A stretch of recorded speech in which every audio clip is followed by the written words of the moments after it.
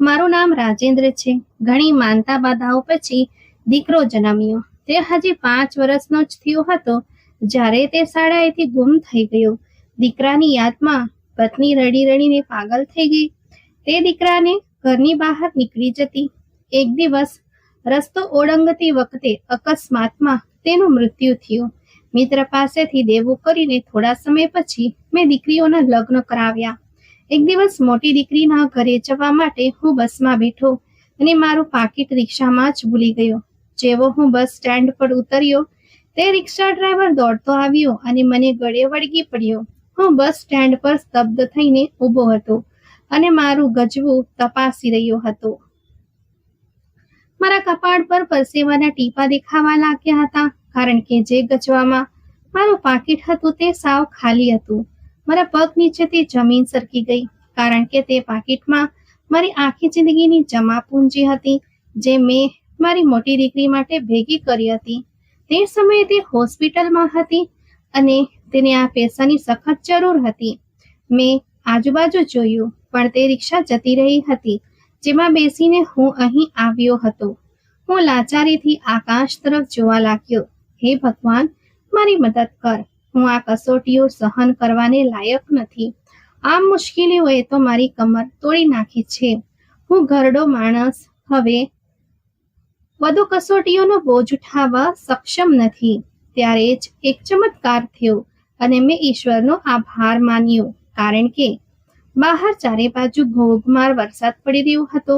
મેં ચિંતાતુર નજરે બહાર જોયું. આજે ઘરનો થોડો સામાન લાવવો પણ જરૂરી હતો કારણ કે ઘરમાં રસોઈ માટે કંઈ જ ન હતું. પણ મારી પત્નીને આ હાલતમાં એકલી છોડીને જવાનું મન થતું ન હતું.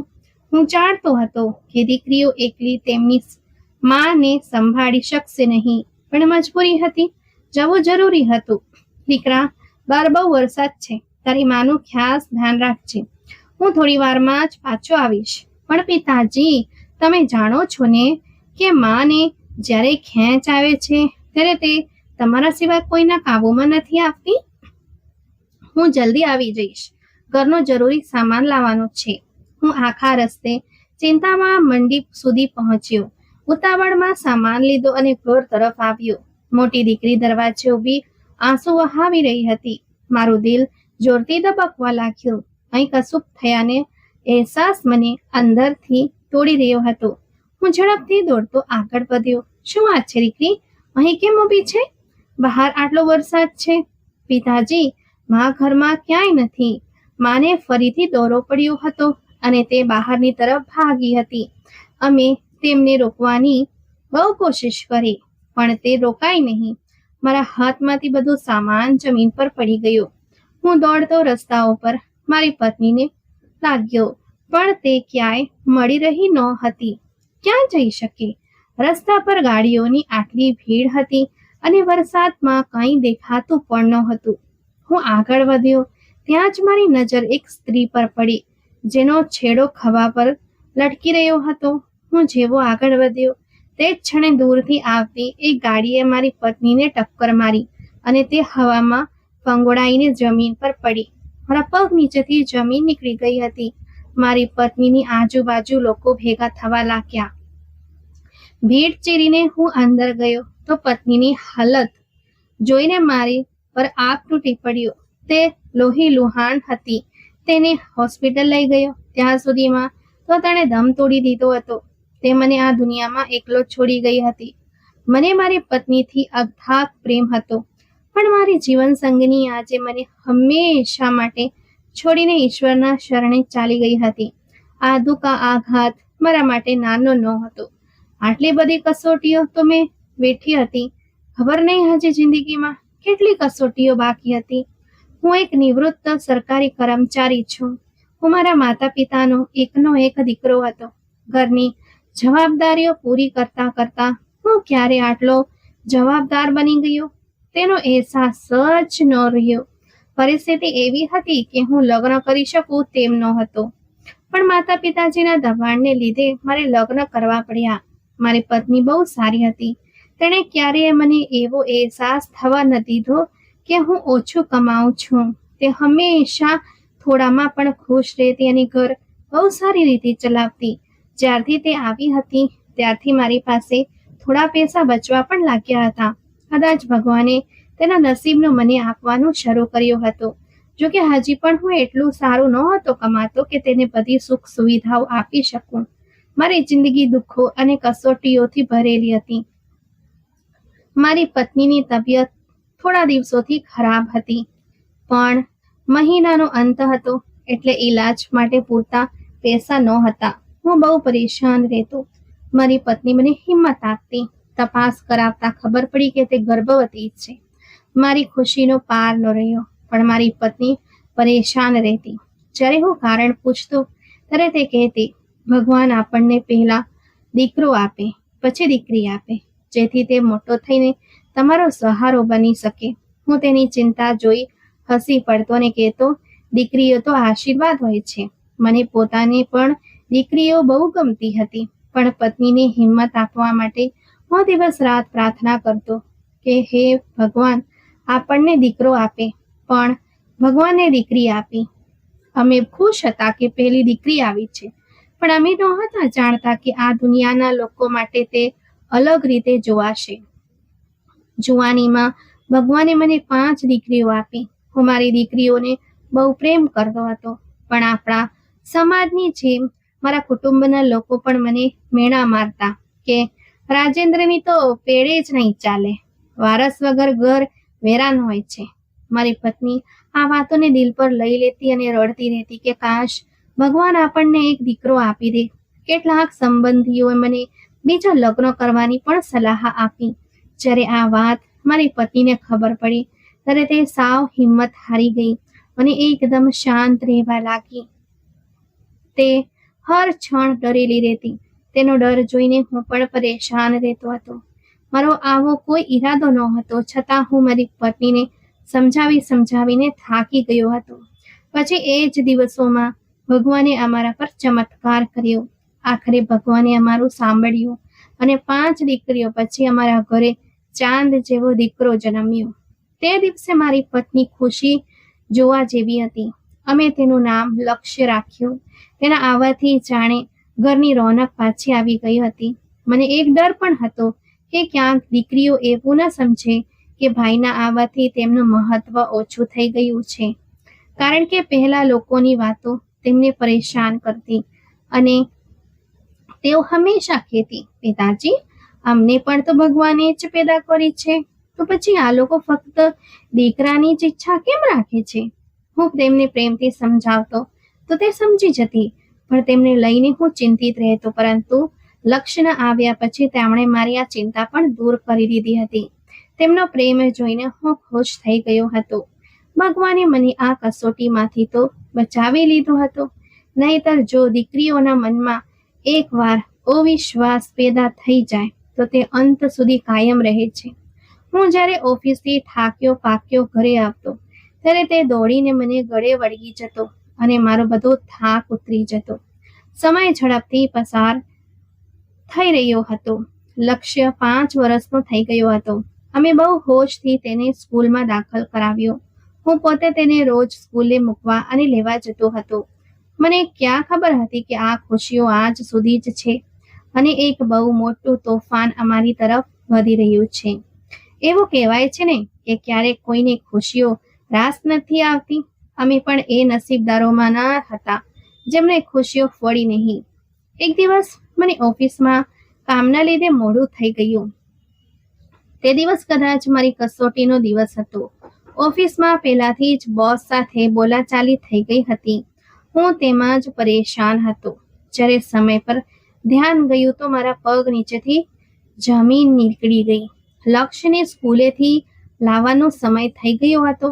પહેલા મનમાં વિચાર આવ્યો કે ઘરેથી કોઈ દીકરીને સ્કૂલે મોકલી દઉં જેથી તે લક્ષ્યને લઈ આવે. પછી મનમાં વિચાર આવ્યો કે જુવાન દીકરી ક્યાં એકલી જશે, એટલે મેં પોતે જવાનો નિર્ણય કર્યો. પણ મારો બોસ મને જવા દેતો ન હતો. મેં બોસ સાથે ઝઘડો કર્યો અને કહ્યું કે જો આ નોકરી નહીં રહે તો પણ મને ફરક નથી પડતો. મારે મારા દીકરાને મળવું છે, તેને સ્કૂલેથી લેવો છે. તે સ્કૂલમાં એકલો હશે. મારો દીકરો બહુ લાડકોમાં ઉછર્યો હતો, એટલે તે સારા નરસારાની સમજ નહોતો રાખતો. જેવી રીતે મારી દીકરીઓ સમજદાર હતી, મારો દીકરો તેટલો સમજદાર નહોતો. હું દોડતો સ્કૂલે પહોંચ્યો તો જોયું કે ગેટ પર રજા પડી ગઈ હતી અને બાળકો જઈ ચૂક્યા હતા. હું જલ્દીથી સ્કૂલથી અંદર ગયો અને મને લાગ્યું કે કદાચ લક્ષ્ય અંદર ડરીને બેઠો હશે. જ્યારે તેને બહાર કોઈ દેખાયું નહીં હોય તો તે અંદર પાછો જતો રહ્યો હશે. પણ સ્કૂલ તો સાવ ખાલી હતી. મેં સ્કૂલનો એક ઓરડો તપાસી લીધો. પ્રિન્સિપાલ સાથે વાત કરી તો તેમણે કહ્યું કે બહાર ચોકીદાર બેઠો હશે, તેને પૂછો. તે તપાસ કર્યા વગર કોઈ બાળકને જવા દેતો નથી. મેં ચોકીદારને પૂછ્યું તો તેણે જણાવ્યું કે લક્ષ્યને તો થોડી વાર પહેલા તેના મામા સાથે લઈ ગયા છે. આ સાંભળીને મારું માથું ભમવા લાગ્યું, કારણ કે મારો કોઈ સંબંધી આ શહેરમાં રહેતો જ નહોતો. હું સમજી ગયો કે કંઈક બહુ મોટું થયું છે. હું પાગલોની જેમ રસ્તા ઉપર દોડ્યો, પણ મારું ફૂલ જેવું બાળક ક્યાંય નહોતું. મારા પગ નીચેથી જમીન સરકી ગઈ હતી. દિવસોમાંથી રાત થવા આવી હતી, પણ હજુ સુધી લક્ષ્યનો કોઈ પત્તો નહોતો. જ્યારે હું ઘરે પહોંચ્યો ત્યારે મારી પત્ની અને દીકરીઓ ખૂબ જ પરેશાન દેખાતા હતા. પિતાજી, તમે સવારે લક્ષ્યને તમારી સાથે ઓફિસ લઈ ગયા હતા ને? સવારથી લક્ષ્યની કોઈ ખબર નથી, તે ઘરે નથી આવ્યો. દીકરીની વાતો સાંભળીને મારી આંખોમાં આંસુ આવી ગયા. પિતાજી, તમે રડો છો કેમ? બધું બરાબર તો છે ને? કંઈક તો કહો કે શું થયું છે? મેં હિંમત ભેગી કરી. મેં મારી પત્નીનો ચિંતાતુર ચહેરો જોયો. હું જાણતો હતો કે આ સમાચાર સાંભળીને તે જીવતે જીવ મરી જશે. હું પૂછું છું, લક્ષ્ય ક્યાં છે? મારી પત્નીના સવાલ પર હું ભાનમાં આવ્યો. લક્ષ્ય ક્યાંય ખોવાઈ ગયો છે. આ શબ્દો સાંભળતા જ મારી પત્ની બેહોશ થઈ ગઈ. આ તમે શું કહો છો પિતાજી? અમે બધા મારી પત્નીની આજુબાજુ દોડવા લાગ્યા. રાત બહુ ઘેરી થઈ ચૂકી હતી. મારી પત્નીને હજુ સુધી હોશ આવ્યો ન હતો. દીકરીઓની હાલત પણ ખરાબ હતી. મને સમજાતું ન હતું કે હું શું કરું, કેવી રીતે પત્ની અને બાળકોને સંભાળું. લક્ષ્યના સમાચારે તેમને અંદરથી તોડી નાખ્યા હતા. બીજી સવારે ઉદાસી લઈને આવી. દરેક વ્યક્તિ અફસોસ વ્યક્ત કરવા ઘરે આવી રહી હતી. મારી પત્નીની રડી રડીને હાલત ખરાબ હતી. કેટલાક લોકો આશ્વાસન આપતા હતા તો કેટલાક ફક્ત દુઃખ વધારવા માટે અફસોસ કરી રહ્યા હતા. રાજેન્દ્રભાઈ, તમારા દીકરાનું સાંભળીને બહુ અફસોસ થયો. ભગવાને આટલા વર્ષો પછી દીકરો આપ્યો ખરો, પણ કદાચ તમારા નસીબમાં સુખ નથી. ખબર નહીં તેની શું હાલત થઈ રહી હશે. સાંભળ્યું છે કે અપહરણ કરનારાઓ હાથ પગ તોડીને ભીખ માંગવા બેસાડી દે છે. આ બોલનાર મારા કાકાની દીકરી હતી. અમે પોલીસમાં રિપોર્ટ નોંધાવ્યો, બધે જ જાહેરાતો આપી, પણ મારો દીકરોનો કોઈ પત્તો ન મળ્યો. કોઈ ફોન પણ ના આવ્યો. કદાચ તે એવી કોઈ ટોળકી હતી જે બાળકોને બીજા શહેરમાં વેચી દેતી હતી. મારું દિલ હર પળ બેચેન રહેતું. ખબર નહીં મારા લક્ષ્ય સાથે શું થતું હશે. લોકોની જાત જાતની વાતો મને વધુ ડરાવી રહી હતી. એ 5 વર્ષનો બાળક કઈ તકલીફો સહન કરતો હશે. મારી પત્ની તો જાણે પાગલ જ થઈ ગઈ. તેણે ખાવા પીવાનું છોડી દીધું. તે બસ દરવાજા પર બેસી રહેતી અને લક્ષ્યને પોકારતી રહેતી. આવતા જતા દરેક બાળકને લક્ષ્ય કહીને પકડવાની કોશિશ કરતી. હવે તો મોહલ્લાના લોકો પણ ફરિયાદો કરવા લાગ્યા હતા. મેં મારી પત્નીને ઘણી વાર સમજાવી, પણ તેનું દુઃખ તેની જગ્યાએ સાચું હતું. આટલા વર્ષો પછી જો દીકરાની ખુશી મળી પણ ખરી, તો તે પણ માત્ર થોડા વર્ષો માટે. હું હર પણ પ્રાર્થના કરતો કે લક્ષ્ય ક્યાંકથી મળી જાય, કોઈ ચમત્કાર થાય અને તેને કોઈ ઘરે મૂકી જાય, પણ એવું શક્ય ન હતું.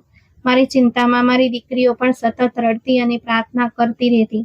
દીકરીઓના ચહેરા કરમાઈ ગયા હતા. ઘરની શાંતિ છીનવાઈ ગઈ હતી. મારી પત્નીની માનસિક હાલત દિવસે ને દિવસે બગડતી જતી હતી. તે અવારનવાર રાત્રે ઉઠીને ઘરની બહાર નીકળી જતી અને ગલીઓમાં દીકરાને આવાજો આપતી. હું તેને સંભાળતા સંભાળતા થાકી ગયો હતો. એક તો દીકરાનો દુઃખ અને ઉપરથી પત્નીની આવી હાલત જોઈને હું સાવ ભાંગી પડ્યો હતો. મારી દીકરીઓ મારો સાથ આપતી હતી, પણ ક્યારેક તે પણ હિંમત હારી જતી. આખરે તો તે પણ બાળકીઓ જ હતી. હું તેમના પર વધુ બોજ નહોતો નાખી શકતો. ડોક્ટરોએ મારી પત્ની માટે હાથ ઊંચા કરી દીધા હતા. મારામાં હવે પત્નીને ખોવાની હિંમત નહોતી. હું દિવસ રાત ડરમાં વિતાવતો હતો. એક રાતની તેજ વરસાદે મારું બધું જ છીનવી લીધું, મારું ઘર વેરાન કરી દીધું. એ ભયાનક વરસાદ અમારા માટે આફત બનીને આવ્યો. હું ઘરનો સામાન લેવા બહાર નીકળ્યો હતો અને પાછળથી પત્નીને દોરો પડ્યો. જેનો ડર હતો તે જ થયો. એક દિવસ તે મારી નજર ચૂકવીને ઘરની બહાર નીકળી ગઈ અને રસ્તા પર પાગલની માફક દોડતી વખતે એક તેજ ગતિએ આવતી ગાડીની અટફેટે આવી ગઈ. મેં એક જ વર્ષમાં મારો દીકરો પણ ખોયો અને મારી જીવન સંઘનીને પણ. હવે મારા ખભા પર 5 જુવાન દીકરીઓની જવાબદારી હતી અને હું સાવ એકલો પડી ગયો હતો. મારી કમર તૂટી ગઈ હતી, પણ મારે મારા બાળકો માટે જીવવું હતું. મારી દીકરીઓ સતત તેની માને યાદ કરીને રડતી રહેતી. સંબંધીઓએ તો મને બીજા લગ્ન કરવાની સલાહ આપી, પણ આટલી દીકરીઓ સાથે હું બીજા લગ્ન કરવા માંગતો ન હતો. કોણ જાણે આવનારી સ્ત્રી મારી દીકરીઓ સાથે કેવો વ્યવહાર કરે. દીકરાને તો પહેલાથી જ ખોઈ ચૂક્યો હતો. હવે દીકરીઓને ખોવાની હિંમત નહોતી. હું મારી પત્નીને યાદ કરીને સતત રડ્યા કરતો. તેણે મારો ખૂબ સાથ આપ્યો હતો. તેના જેવી પત્ની નસીબદારને જ મળે છે. મેં મારું આંસુ લૂછવ્યા અને મા બાપ બંને બનીને મારી દીકરીઓનો ઉછેર કરવા લાગ્યો. પણ લક્ષ્યનું દુઃખ મારા દિલમાં એક ન ભરાતું ઘાની જેમ વકરી રહ્યું હતું. હું દિવસે ને દિવસે વૃદ્ધ થતો જતો હતો. મારી ઉંમરના લોકો હજુ પણ જુવાન દેખાતા હતા, પણ દીકરીઓની જવાબદારી અને પત્ની દીકરાના જવાનો દુઃખ મને વહેલો ઘરડો કરી ગયો. સમય વહેતો ગયો. દીકરીઓ જુવાન થઈ, તેમનો અભ્યાસ પૂરો થયો અને હવે મને તેમના લગ્નની ચિંતા થવા લાગી. મોંઘવારીના આ સમયમાં એક રિટાયર્ડ માણસ માટે 5 દીકરીઓના હાથ પીડા કરવા સહેલા નહોતા. સંબંધીઓની જીભ હજુ પણ બંધ નહોતી થઈ. દરેક જણ મારા પર અફસોસ વ્યક્ત કરતા અને કહેતા, રાજેન્દ્રની 5 દીકરીઓ છે, બિચારો એકલો શું કરશે. 5 દીકરીઓને વળાવવી એ કોઈ નાની વાત નથી. કદાચ હું એટલો જલ્દી ન હારી જતો, પણ લોકોની વાતોએ મને સમય પહેલા પછાડી દીધો હતો. હું ઘણી વાર વિચારતો કે આ લોકો મારી ખુશીમાં ભાગ નથી લેતા, પણ મારા દુઃખને વધારવામાં ચોક્કસ ભાગ લે છે. મારી પેન્શનથી ઘરનું ગુજરાન માંડ ચાલતું હતું. મેં મારી જમા પૂંજી પહેલાથી જ 2 દીકરીઓના લગ્નમાં વાપરી દીધી હતી. હજુ 3 દીકરીઓ બાકી હતી. મારી 3ય દીકરીઓ મારો સાથ આપવા તૈયાર હતી, પણ મને દીકરીઓની કમાણી ખાવામાં શરમ આવતી હતી. મને એવું લાગતું હતું કે હું એક લાયક પિતા ન બની શક્યો. પણ મારી દીકરીઓ મને હંમેશા કહેતી, પિતાજી, તમે આટલું ભણાવ્યા છે તો અમને તમારો સહારો તો બનવા દો. અમે કમાઈશું તો ઘરના ખર્ચાઓ સારી રીતે ચાલશે અને પછી પોતાના માટે પણ કંઈ ને કંઈ બનાવી શકીશું. પણ હું હસીને તેમના માથા પર હાથ મૂકીને કહેતો, તમારે પરેશાન થવાની જરૂર નથી. જ્યાં સુધી હું જીવતો છું, તમે મારી જવાબદારી છો અને મને મારી જવાબદારીઓ પૂરી કરતા બહુ સારી રીતે આવડે છે. હું દિવસ રાત મહેનત કરી રહ્યો હતો, જેથી મારી દીકરીઓના લગ્ન સારી જગ્યાએ કરાવી શકું અને કાલે ઉઠીને તેમને કોઈ તકલીફ સહન કરવી ન પડે. જે ઉણપ અહીં રહી ગઈ હોય તે સાસરે જઈને પૂરી થઈ જાય. મેં મારા એક જૂના મિત્ર ઉમંગનો સંપર્ક કર્યો. તે આર્થિક રીતે ઘણો મજબૂત હતો. લગ્ન અને બાળકો પછી મારો ઉમંગ સાથેનો સંપર્ક સાવ તૂટી ગયો હતો. પણ આજે જ્યારે મને જરૂરત મહેસૂસ થઈ, ત્યારે સૌથી પહેલા ઉમંગ જ મારી આંખો સામે આવ્યો. ઘણીવાર કેટલાક લોકો અંધારામાં આગિયા જેવા હોય છે, જે રોશની આપે છે અને રસ્તો બતાવે છે. આવા લોકો બહુ નસીબદાર હોય છે, કારણ કે ઈશ્વરે ખાસ તેમને જ પસંદ કર્યા હોય છે. મેં તેને મારી મજબૂરી જણાવી તો તેણે મને ઉધાર પૈસા આપવાની હા પાડી. તે મને લઈને બહુ ચિંતિત હતો. તેણે જ્યારે તેની પત્નીને મારા વિશે જણાવ્યું, ત્યારે તેની પત્ની ઘણીવાર મારા ઘરે આવી, મારી દીકરીઓ સાથે બેસીને વાતો કરતી. તેમને ઘર કામ શીખવતી, કારણ કે હું તેમને એ બધું નહોતો શીખવી શક્યો જે એક માતા શીખવી શકે છે. તે બંને પતિ પત્નીએ મારો બહુ સાથ આપ્યો. તેણે કહ્યું, રાજેન્દ્ર, તું ચિંતા ન કર, આ પૈસા તારી સગવડ મુજબ પાછા આપી દેજે. મેં તેનો આભાર માન્યો અને તે રકમથી મારી બાકીની દીકરીઓના લગ્ન કરાવ્યા. મેં એક પછી એક મારી બધી જવાબદારીઓ પૂરી કરી અને મારું ઘર ખાલી થતું ગયું. તે વખતે અહેસાસ થયો કે માત્ર દીકરાઓથી જ નહીં પણ દીકરીઓથી પણ ઘરમાં રોનક હોય છે. જ્યારે તેઓ હસે છે, રડે છે, ખિલખિલાટ કરે છે, ત્યારે ઘરમાં એક અજીબ રોનક રહે છે. દીકરીઓના ગયા પછી હવે મને લક્ષ્યની ખોટ વધુ સાલવા લાગી હતી. છેલ્લી દીકરીની વિદાય પછી હું તે ભરેલા પૂરેલા ઘરમાં સાવ એકલો રહી ગયો હતો. દિવાલો મને ખાવા દોડતી હતી. હું અવારનવાર લક્ષ્યના જૂના રમકડા અને કપડાં કાઢીને રડતો રહેતો અને વિચારતો કે જો આજે તે હોત તો મારો સહારો બનત. હું હવે વૃદ્ધ થઈ ગયો હતો. દીકરીઓ તો ઘણીવાર મળવા આવી જતી, પણ મારો દુઃખ કોઈ રીતે ઓછો થતો ન હતો. મારી મોટી દીકરી તો મને કેવા લાગી, પિતાજી, તમે મારી સાથે આવી જાઓ. એકલા ઘરે કેવી રીતે રહેશો? કેવી રીતે ગુજારો થશે? હવે તો તમે વૃદ્ધ થઈ ગયા છો. અમારી જવાબદારીઓ ઉઠાવતા તો તમારી જાતને ગરડી કરી નાખી છે. હવે અમારો પણ કંઈક ફરજ બને છે કે અમે તમારા માટે કંઈ કરી શકીએ. આખી જિંદગી અમે તમારા માટે બોજ બની રહી. દીકરીની આ વાત મને બહુ ખૂંચી. મેં તે જ વખતે તેને રોકી અને કહ્યું, તમે લોકો મારા માટે બોજ ન હતા, મારી જવાબદારી હતી. મેં હંમેશા તમારી જવાબદારીને મારી ફરજ સમજીને પૂરી કરી છે, બોજ સમજીને નહીં. હા, એ વાત સાચી છે કે લક્ષ્ય મને વહાલો હતો, પણ તમે લોકો તેનાથી પણ વધુ વહાલી હતી. હું સાવ ખાલી હાથે રહી ગયો હતો. બધી જ જમા પૂંજી વપરાઈ ગઈ હતી અને મિત્રોનું દેવું હજુ પણ મારા માથે હતું. તેને ઉતારવા માટે મેં મારી જરૂરિયાતો ઓછી કરી દીધી હતી. એક નાની મોટી નોકરી પણ શરૂ કરી દીધી હતી અને જો કોઈ વધારાનું કામ મળતું તો તે કરવામાં પણ મને શરમ નહોતી આવતી. હું જલ્દીથી જલ્દી મારું દેવું ઉતારવા માંગતો હતો, જેથી મારા મૃત્યુ પછી મારી દીકરીઓ પર કોઈ પ્રકારનો બોજ ન આવે. આજની સવાર દરેક સવારની જેમ સોનેરી હતી. ફોનની ઘંટડી વાગી અને મારું દિલ બેસી ગયું. ક્યાં આટલી વહેલી સવારે? કોનો ફોન હોઈ શકે? દરે ફરીથી જન્મ લીધો હતો. મારું આખું અસ્તિત્વ ધ્રુજી રહ્યું હતું. હું મનમાં પ્રાર્થના કરી રહ્યો હતો કે હવે કોઈ દુઃખ મારી પાસે ના આવે, નહીં તો આ વખતે દુઃખ મારો જીવ લઈને જ જશે. મેં ડરતા ફોન ઉપાડ્યો તો મારી મોટી દીકરી હતી. મારી મોટી દીકરીનો ફોન આવ્યો હતો. તે બીમાર હતી. તેને થોડા પૈસાની જરૂર હતી. હું મારા ઈશ્વરને પ્રાર્થના કરવા લાગ્યો કે મારી દીકરીને કોઈ ન થાય. મેં મારી દીકરીને આશ્વાસન આપ્યું અને કહ્યું, તું ચિંતા ન કર, હું જલ્દીથી જલ્દી પૈસા લઈને તારી પાસે પહોંચું છું. તે ખૂબ શર્મિંદી હતી અને કહેવા લાગી, પિતાજી, હું તમારા પૈસા વહેલી તકે પાછા આપી દઈશ. મેં ઘરમાં પડેલી થોડી ઘણી રકમ અને કેટલાક મિત્રો પાસેથી ઓછીના માંગીને પૈસા જૂના પાકીટમાં રાખ્યા, જેમાં હંમેશા મારા દીકરા લક્ષ્યની અને મારી પત્નીની એક તસવીર પણ રહેતી હતી. આ તસવીરો જ મારી આખી દુનિયા હતી, જેને હું હંમેશા મારી છાતીએ લગાવીને રાખતો હતો. આ તસવીરો જોઈને મને હંમેશા હિંમત મળતી હતી.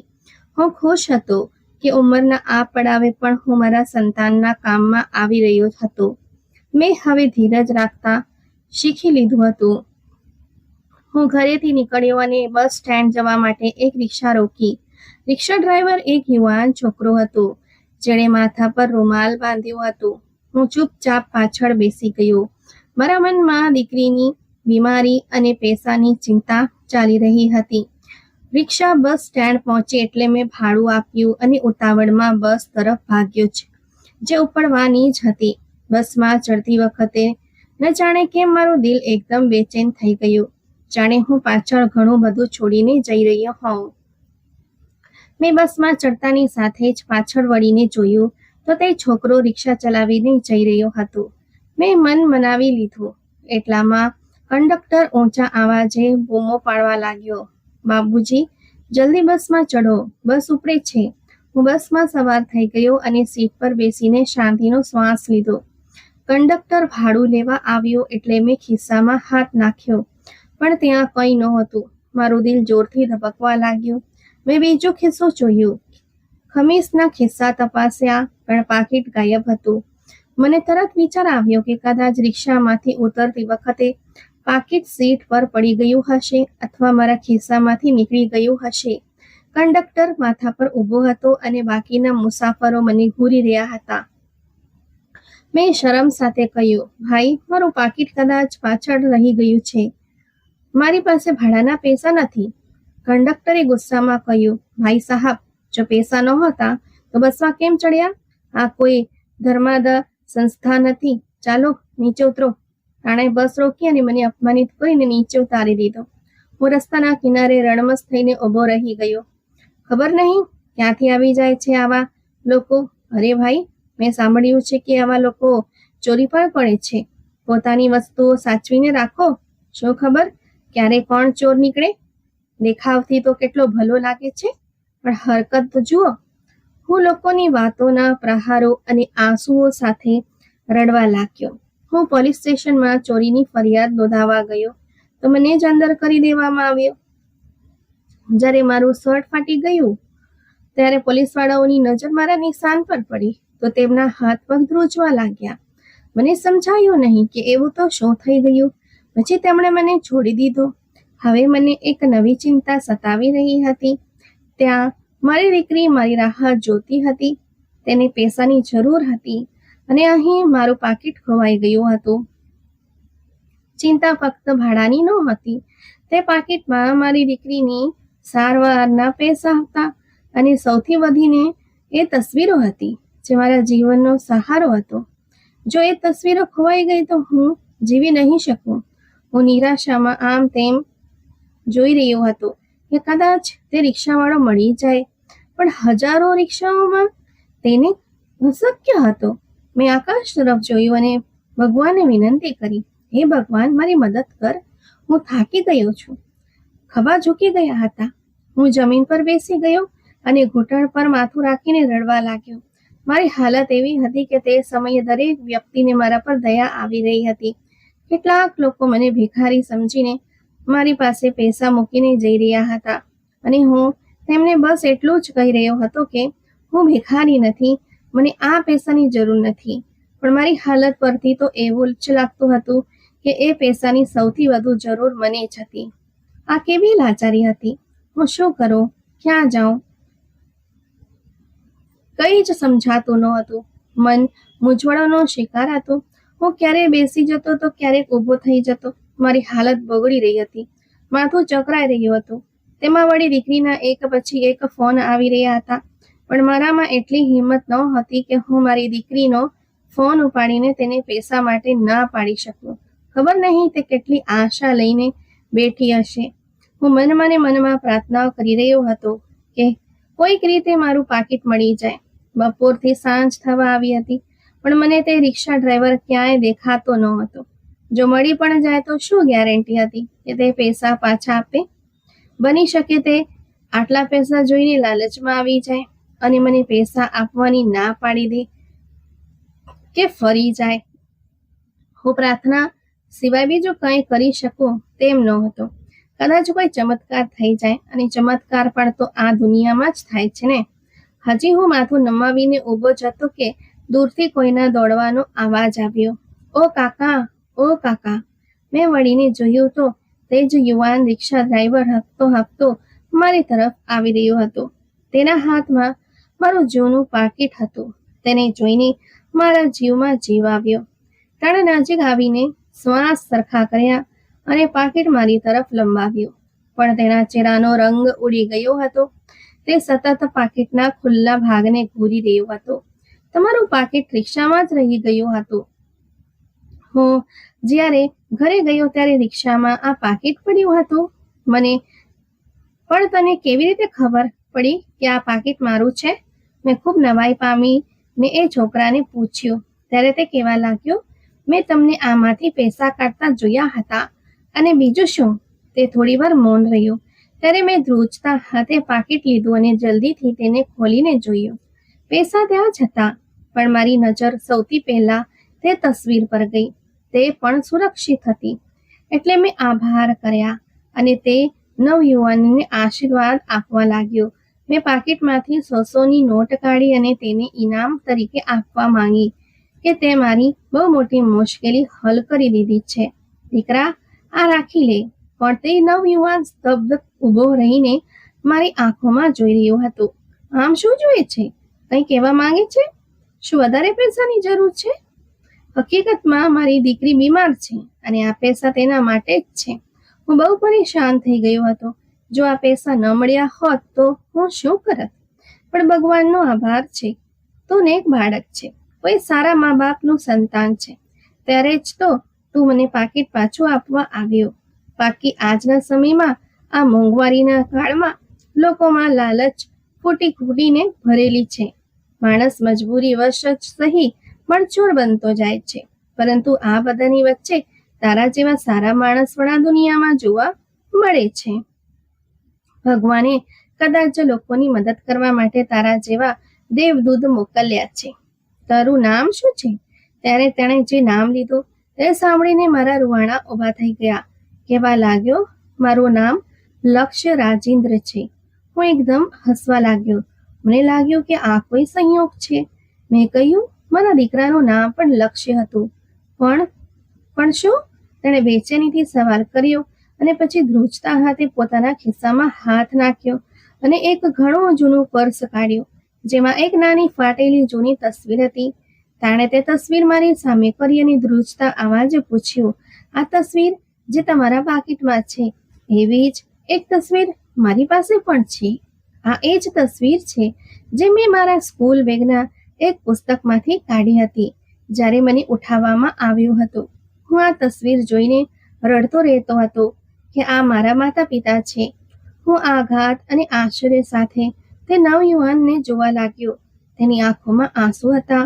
ક્યારેક તે તસવીરને જોતો તો ક્યારેક તે નવયુવાન છોકરાને, જે ખૂબ જ સુંદર હતો. મને વિશ્વાસ નહોતો આવતો કે શું આ ખરેખર મારો દીકરો હતો. મારો લક્ષ્ય આટલો મોટો થઈ ગયો. મેં તેના ચહેરા પર હાથ ફેરવ્યો તો તેની આંખોમાંથી આંસુ વહેવા લાગ્યા. લક્ષ્ય, તું તો મારો દીકરો છે. ત્યારે મેં તેને ગળે લગાડી લીધો અને ધ્રુસકે ને ધ્રુસકે રડવા લાગ્યો. મને તો વિશ્વાસ નહોતો આવતો કે ચમત્કારો આવા પણ હોય છે. હવે વિશ્વાસ થઈ ગયો હતો કે દુનિયામાં ચમત્કારો પણ થાય છે. તેણે જણાવ્યું કે અપહરણકારો તેને બીજા શહેરમાં લઈ ગયા હતા. લઈ ભાગનાર ત્યાં તેને ભીખ માંગવા માટે રાખવામાં આવ્યો હતો. તેને મારવામાં આવતો. કેટલાય દિવસો સુધી ભૂખ્યો રાખવામાં આવતો. તે બહુ નબળો પડી રહ્યો હતો. માર સહન કરવાની તો હવે તેનામાં શક્તિ જ રહી નહોતી. પણ આ સિવાય બીજો કોઈ રસ્તો પણ નહોતો. તે કોઈ રસ્તો જાણતો નહોતો. નાનો હતો. લક્ષ્યનું કહેવું હતું કે તેની સાથે બીજા પણ ઘણા બાળકો હતા. કેટલાક તેની ઉંમરના અને કેટલાક તેનાથી મોટા. પણ તેમાંથી કદાચ લક્ષ્યનું નસીબ સારું હતું. તે માણસોએ લક્ષ્યને જે જગ્યા રાખ્યો હતો ત્યાં હંમેશા અંધારું રહેતું હતું. પણ જ્યારે તે થોડો મોટો થયો તો એક દિવસ મોકો મળતા ત્યાંથી ભાગી નીકળ્યો. પરંતુ તે ઘરનો રસ્તો જાણતો નહોતો. રસ્તાઓ પર ભટકતા તેને એક ઉદાર હૃદયનો રિક્ષા ડ્રાઈવર મળ્યો, જેણે તેને આશરો આપ્યો અને પોતાના દીકરાની જેમ ઉછેર્યો. હવે તે રિક્ષા ડ્રાઈવર પણ અવસાન પામ્યા છે. પણ આ તસવીર હંમેશા મારી પાસે રહી, જે મારી સાચી ઓળખ હતી. મેં લક્ષ્યને પોલીસ સ્ટેશનવાળી વાત જણાવી તો તેણે કહ્યું કે તે તો તેનો જીગરી દોસ્ત છે, જેને મેં તમારા વિશે જણાવી રાખ્યું હતું. તે નિશાન જોઈને તમને ઓળખી ગયો હતો, એટલા માટે તેણે તમને છોડી દીધા. તેણે આ વાત મને અહીં આવતા પહેલા જણાવી હતી. લક્ષ્ય કહેવા લાગ્યો, મને તમારી અને માની બહુ યાદ આવતી હતી.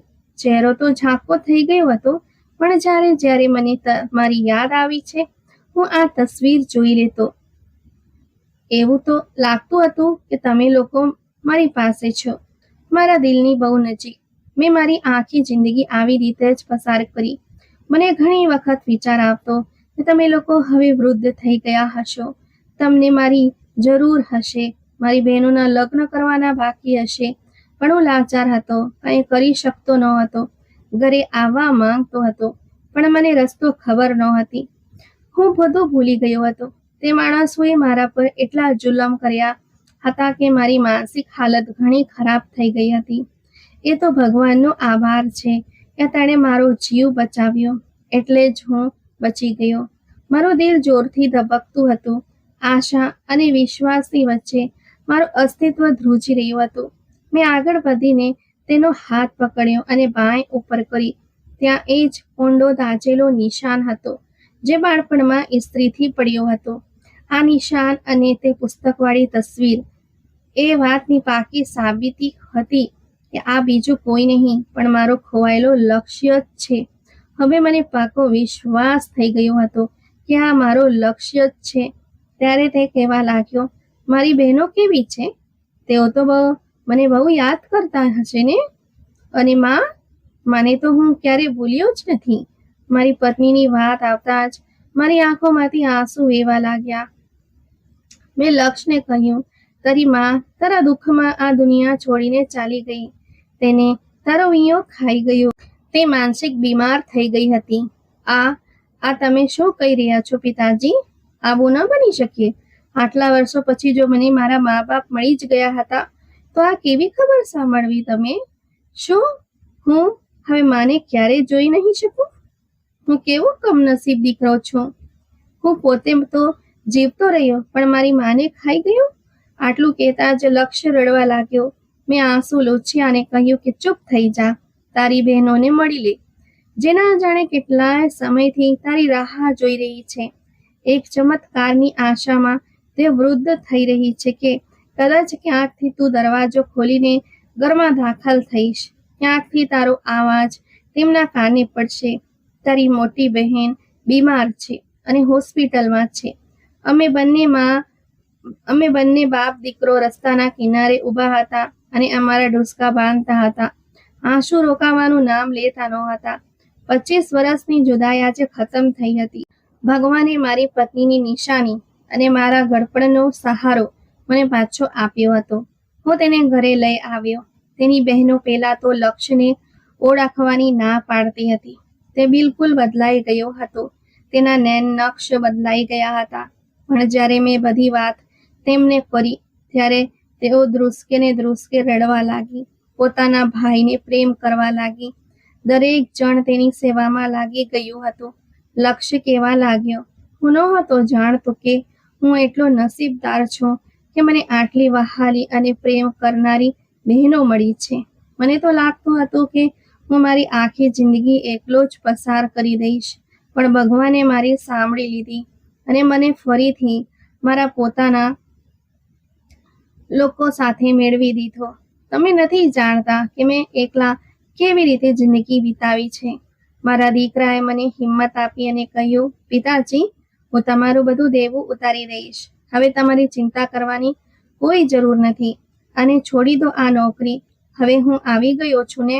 હું તમારો હાથ બનીશ, તમારો સહારો બનીશ. હું તમારા બધા કરજ ઉતારી દઈશ.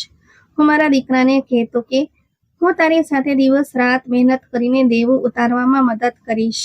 પણ મારા દીકરાએ મને સાફ ના પાડી દીધી અને કહ્યું કે આખી જિંદગી જેટલી જવાબદારીઓ તમે ઉઠાવી છે, હવે તમારા આરામ કરવાના દિવસો છે. હું તમને કોઈ જવાબદારી ઉપાડવા નહીં દઉં. હું બધું જાતે કરીશ. મને તમારી સેવા કરવાનો થોડો તો મોકો આપો. પહેલા જ મેં જિંદગીના આટલા વર્ષો એકલા વિતાવ્યા છે. હવે જો ભગવાને મને તમારી સેવા કરવાનો મોકો આપ્યો છે તો હું આ પુણ્ય મારા હાથમાંથી જવા નહીં દઉં. આખરે મારે પણ મારા ભગવાનને મોઢું બતાવવાનું છે. હું મારા દીકરાની વાતો સાંભળીને હસવા લાગ્યો. તે કેટલો સમજદાર થઈ ગયો હતો. આ એ જ લક્ષ્ય હતો જે 5 વર્ષનો હોવા છતાં હજી સુધી મા બાપની આંગળી પકડીને ચાલતો હતો. અને સમય તથા સંજોગોએ તેને કેટલો મોટો કરી દીધો હતો. માત્ર શારીરિક રીતે જ નહીં પણ માનસિક રીતે પણ. તે બહુ મોટી મોટી વાતો કરવા લાગ્યો હતો. મોટા દાવા કરવા લાગ્યો હતો. મને મારા દીકરા પર દયા પણ આવતી હતી. ના જાણે તેણે કેવા સંજોગો જોયા હશે કે તે આટલો સમજદાર થઈ ગયો. અને જે જિંદગી જીવી તે માત્ર તે જ જાણતો હતો. અમે તો કલ્પના પણ નહોતા કરી શકતા. મારા દીકરાએ મહેનત કરીને મારું બધું દેવું ઉતારી દીધું. એક દિવસ મારી નાની દીકરી ઘરે આવી અને કહેવા લાગી, શરૂઆતથી જ એક સપનું સજાવ્યું હતું કે ભાઈ મોટો થશે તો તેના માથા પર સેહરો બાંધીશું. ભગવાને જો આ મોકો આપ્યો છે તો અમે ઈચ્છીએ છીએ કે તું લગ્ન કરી લે. લક્ષ્ય તેની બહેનની વાત પર હસવા લાગ્યો અને કહેવા લાગ્યો, હું અત્યારે લગ્ન કરવા નથી માંગતો, પણ જો મારી બહેનોની આ ઈચ્છા હોય તો મને કોઈ વાંધો નથી.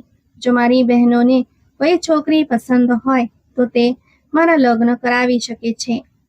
હું લગ્નની ના નહીં પાડું. તેની આ વાત સાંભળીને તેની બહેનો ખીલી ઉઠી. તેણે પોતાની બહેનોનું માન રાખી લીધું. આવનારો સમય અમારા માટે ખુશીઓ લાવી રહ્યો હતો.